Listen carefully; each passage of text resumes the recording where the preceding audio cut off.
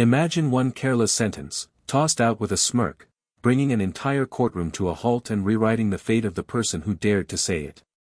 The morning in Providence Municipal Court begins like any other. Low conversations drift through the room, mixed with the faint rustle of jackets still damp from the drizzle outside. Wooden benches give small, tired creaks as people settle in, locals who've seen this place more than once, tourists who never expected to end their vacation here, and a few who simply look worn down by life. Near the bench, the clerk flips through case files with the steady whisper of paper sliding against paper. A few folks glance toward Judge Caprio, who sits with that familiar calm, voice warm, yet unmistakably in command. The next name echoes across the room. Leonard Marston. Heads turn. A tall man steps through the aisle, moving not with arrogance exactly, but with the practiced ease of someone who's used to walking into rooms where decisions are made for him, not about him. His coat is tailored, his cufflinks subtle but unmistakably expensive. And outside, parked illegally for the third time that month, sits his Bentley Bentayga, the car everyone now knows is his. The contrast hits immediately. Most people here are worried about a $30 ticket. He looks as though he's deciding where to dock his yacht next weekend. Caprio begins the routine. Mr. Marston, you are charged with exceeding the parking limit on 3 separate occasions downtown. Do you understand the charges? Marston tilts his head, almost amused. A faint smile pulls at the corner of his mouth, one of those tight, knowing smiles that never reaches the eyes. Then, just loud enough for half the courtroom to hear. I'm the god here. I'll decide what makes sense. The effect is instantaneous. A hush sweeps across the benches. A woman in the third row inhales sharply. Someone whispers, "He didn't just say that." An older man leans forward, jaw set, as if the remark personally offended every principle he's lived by. Caprio raises his eyes. Slowly. Deliberately. Not angry, disappointed, perhaps. But alert now. Entirely alert. Would you like to repeat that for the record? He asks, voice level. Marston doesn't blink. The officer misread the situation.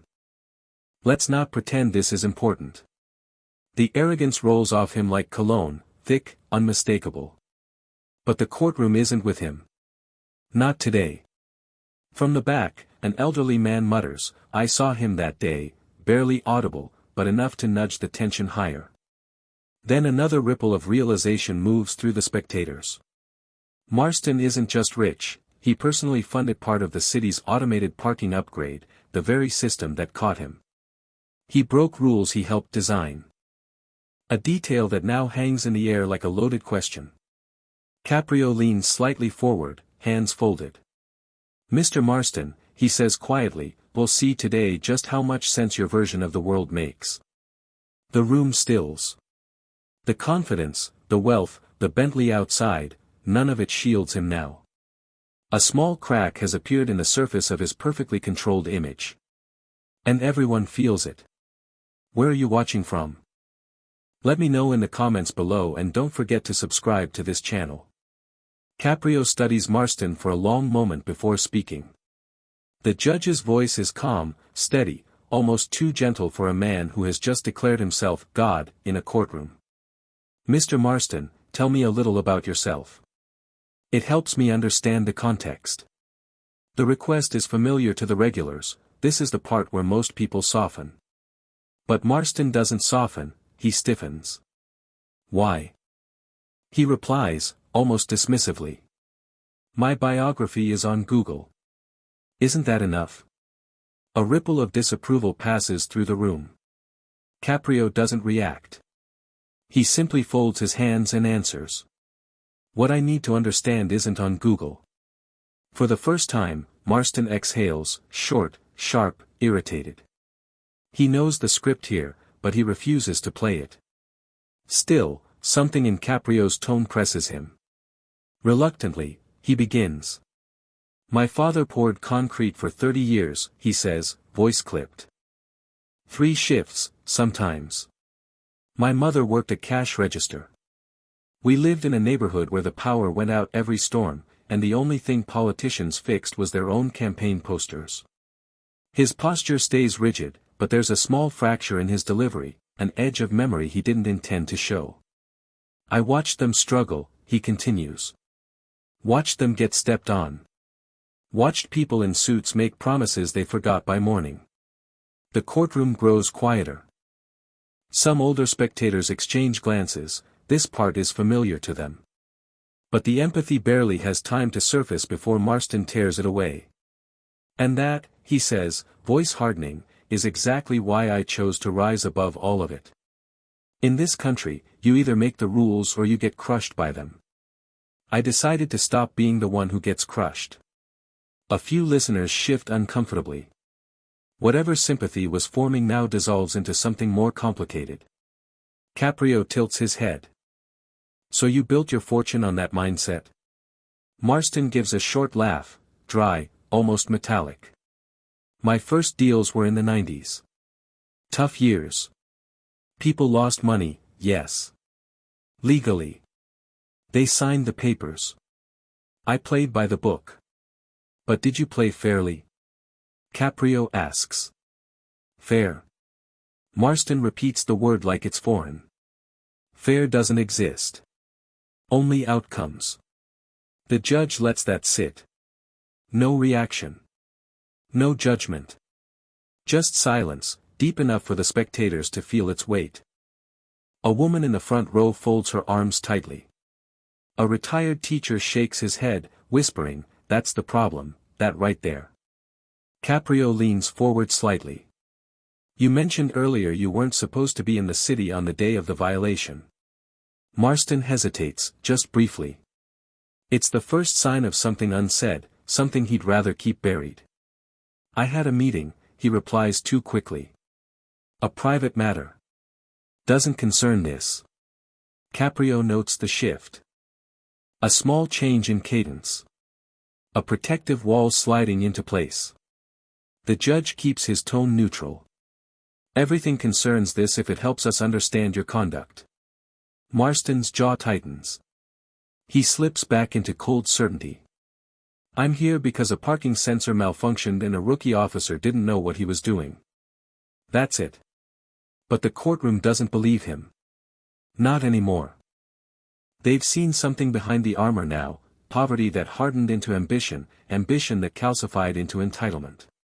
A story that could have gone noble but veered into something else. Caprio sits back. Thank you, Mr. Marston, he says quietly. I believe we're starting to understand exactly how we got here. A different kind of silence follows, not shock this time, but expectation. Because everyone senses it, the truth he's hiding is larger than a parking violation. And the judge is about to find it. Caprio's eyes narrow just a fraction as he flips through the documents in front of him. Something in Marston's answers doesn't add up, the tone, the timing, the deflection. Mr. Marston, the judge begins, where were you between 2:10 and 3:40 p.m. on the day these violations were issued? Marston maintains his polished composure. At a meeting. I've already said that.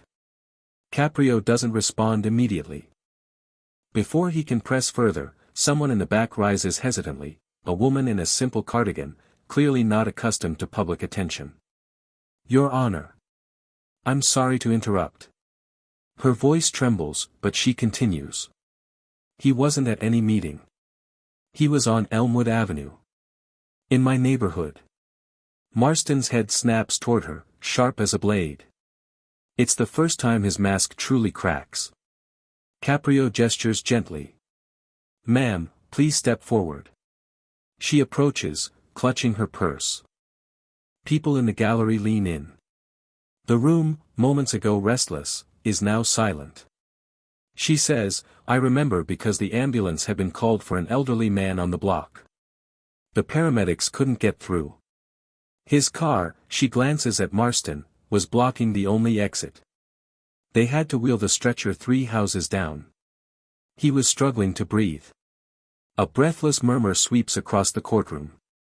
Marston's voice turns sharp. That's ridiculous. I was parked for minutes, at most. But the woman doesn't retreat. No. You were there long enough that one of the paramedics knocked on your window. You didn't even look up. Someone whispers, I believe her. Caprio holds up a hand, restoring order. Mr. Marston, he says calmly, is this true? No, Marston fires back quickly, too quickly. She's exaggerating. People love drama. But his tone betrays him. A flicker of irritation, then alarm. He's losing control of the narrative, and he knows it. Caprio glances at the case file again. Something catches his eye. Officer Perez wrote that your violations were temporarily held for 72 hours. That's unusual. Do you know why that would happen? Marston stiffens. I have no idea. Ask your department. The judge doesn't challenge him directly, but the room can feel the shift. A hint of impropriety. A sense that someone intervened. Then Caprio lays another piece of the puzzle on the table. Mr. Marston, the timestamps on these parking photographs don't match your claim. According to these records, your vehicle was stationary for nearly 90 minutes. A gasp rolls across the benches. Marston's composure splinters for a beat, an involuntary tightening around his eyes, a shallow inhale. He quickly regains posture, but it's too late. Everyone saw the fracture. The woman adds softly, the paramedics were angry, Your Honor, but they said there was no point filing anything. The city listens to money, one of them said. Several older spectators shift uncomfortably, the sentence lands with the weight of experience. Caprio leans back, folding his glasses. His voice is even, but unmistakably firm. Mr. Marston, did you use your influence to delay or suppress any part of this citation? Marston freezes. No smirk. No retort. Just a stillness that speaks louder than denial. The gallery feels it too, the subtle shift from arrogance to fear. Caprio does not push further, not yet. Instead, he closes the file gently and says, there are patterns here I cannot ignore. And if they point where I think they do, we are dealing with far more than a parking violation. The room settles into a tense, electric quiet. Everyone understands. The truth is beginning to surface. And it is much darker than anyone expected. Caprio studies the papers in front of him, his expression shifting almost imperceptibly. When he finally speaks, his voice is steady, but the words land with weight. Mr. Marston, something doesn't align. You said you were at a meeting. Yet your vehicle was parked in a district where there are no offices.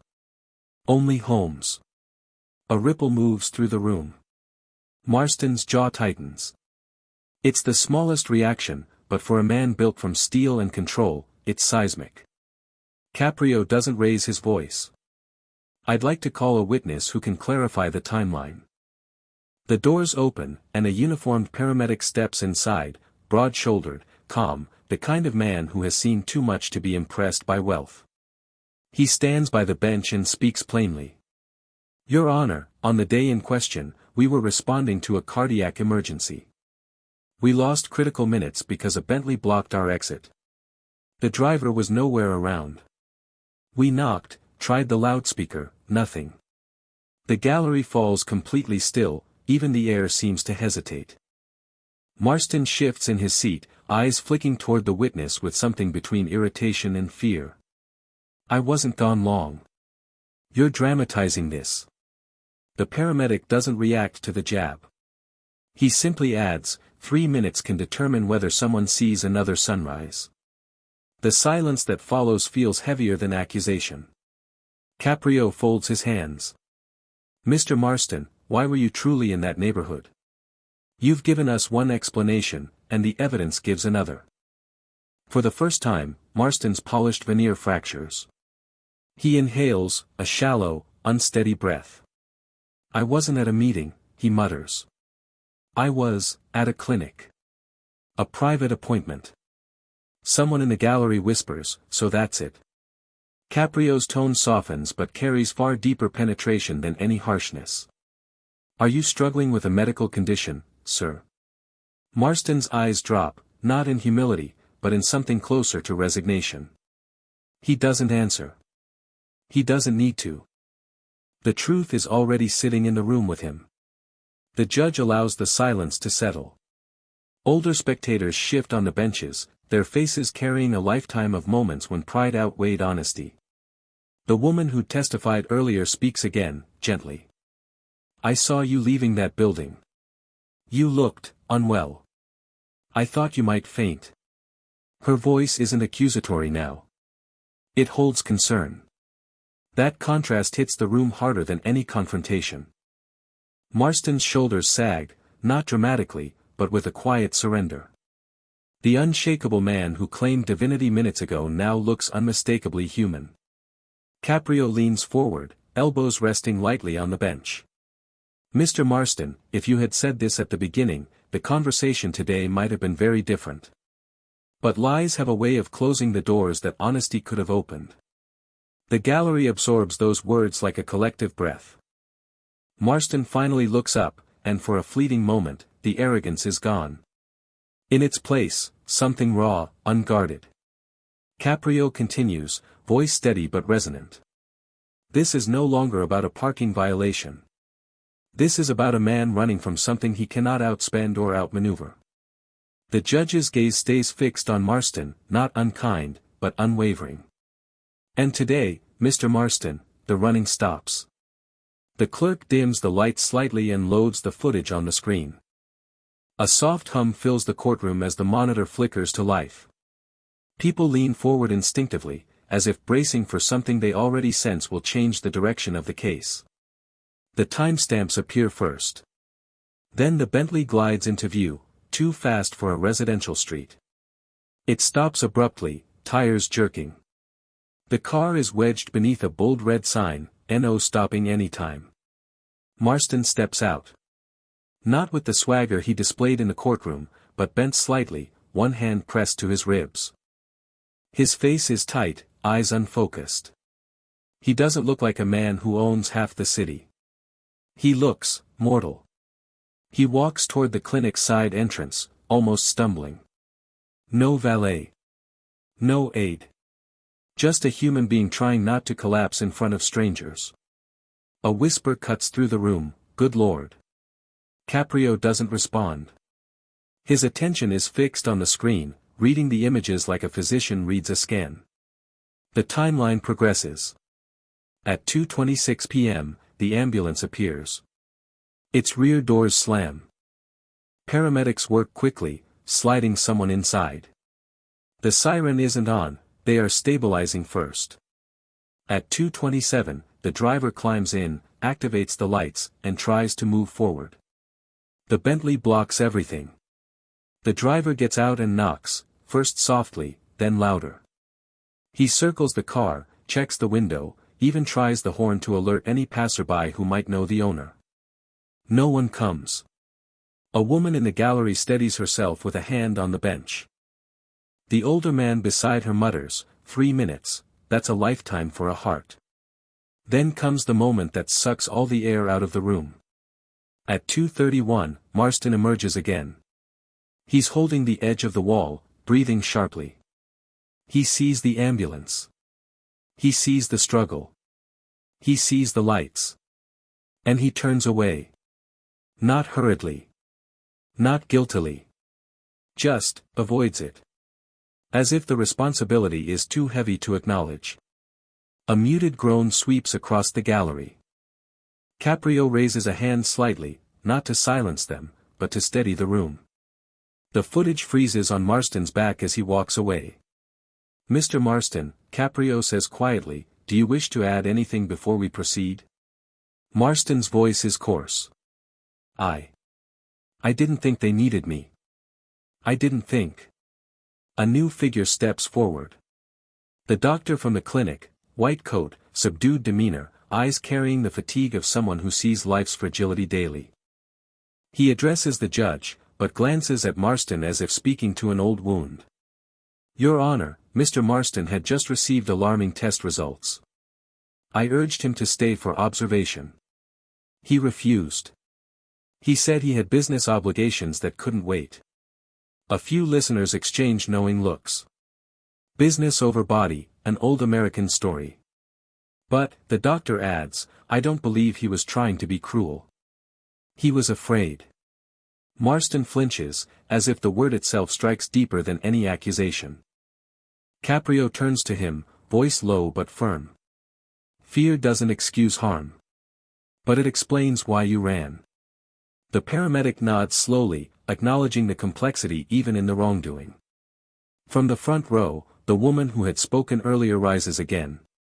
Her tone is soft this time. I saw him that day. He looked lost. Not arrogant, just drowning. The gallery shifts. The narrative is no longer rich man versus rules, it is a man cornered by something he cannot control. Caprio interlaces his fingers, leaning forward. Mr. Marston, the problem is not that you were afraid. The problem is that you hid behind bravado instead of truth. And in doing so, you jeopardized someone else's fight for life. He pauses, letting the weight settle. Everything we've heard today, your pain, your fear, your pride, matters. But so do the consequences. Marston doesn't lift his head. His breathing is uneven, like someone bracing for impact. Caprio continues. This courtroom must see the full picture before I render judgment. And now, I believe we finally do. He taps the stack of documents, parking logs, medical notes, statements, timelines. You were not a monster that day. But you were not responsible either. You stood at a crossroads, and chose denial. Marston closes his eyes, jaw trembling despite his effort to hide it. The judge's tone softens, just enough to be human without losing authority. This case is no longer about a car, or a curb, or a sign. He glances at the frozen image on the screen. It is about what a person does when truth demands courage and finds none. He lets the screen fade to black. And with the room holding its breath, Caprio says the last line of the part, measured, steady, almost compassionate. Now we move from what happened, to what must happen. The courtroom remains still, no gavel, no noise, just the weight of truth in the air. Judge Caprio glanced down at his notes, then back at Leonard Marston, whose hands were now clasped, not in defiance, but in silence. Mr. Marston, Caprio began, voice calm, but deliberate, earlier you said, you were God here. Marston didn't flinch this time. He nodded slowly. I did, he said. Because I panicked. I've lived my life with everything under control, markets, people, outcomes. I thought if I couldn't manage something, it didn't matter. But this. He touched his chest briefly. This diagnosis, it broke the illusion. I didn't know how to be weak. The admission landed not like a confession, but a fracture finally allowed to surface. In the silence, no one moved. Caprio inhaled deeply. We punish lies to uphold truth. But sometimes, we punish to remind people they're still part of something larger than themselves. He lifted a single paper from his bench. You'll pay a $3,500 fine. Additionally, you'll contribute $1,500 to Providence EMS, whose time you compromised that day. Marston nodded. And lastly, Caprio added, you will serve 40 hours volunteering at the city's cardiac rehabilitation center. There was a pause. The tension didn't break, it shifted. Not because I want to humble you, the judge continued. But because I believe some lessons only reach us when we stand beside those we once ignored. Marston blinked hard, but didn't look away. I'll do it, he said. And, if she allows, he turned slightly toward the woman who'd spoken earlier, I'd like to speak with you after. I owe you a real apology. She gave a faint nod, nothing more. Caprio tapped the bench once. This court is adjourned. But the crowd didn't stir. No applause. No shuffle of papers. Just stillness. Caprio stood, his robe shifting slightly with the motion. Law isn't about control, he said, looking not at Marston, but at the room. It's about accountability. About how we show up for each other when no one is watching. Only then did people begin to rise, quietly, with the kind of respect that doesn't need ceremony. As Marston walked out, a step slower, a boy in the back row whispered to his mother, "He doesn't look like a rich guy anymore." She replied softly, "He looks like someone trying to start over." And for once, no one had anything to add.